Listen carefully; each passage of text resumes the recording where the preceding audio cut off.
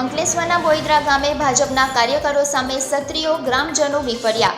ગામના ભાજપ સરપંચ તેમજ ભાજપના આગેવાનોને ગામમાં પ્રવેશ પણ કરવા દીધો નહીં।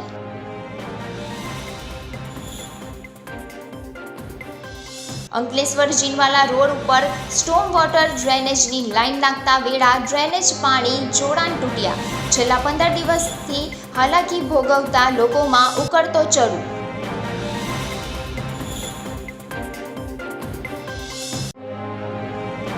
ભરૂચમાં IPL પર સટ્ટો રમાડતો એક ઇસમ ઝડપાયો। ભરૂચ પાલિકા પૂર્વ પ્રમુખને વોન્ટેડ જાહેર કર્યા। પોલીસે કુલ 80,000 ઉપરાંતનો મુદ્દેમાલ જપ્ત કર્યો।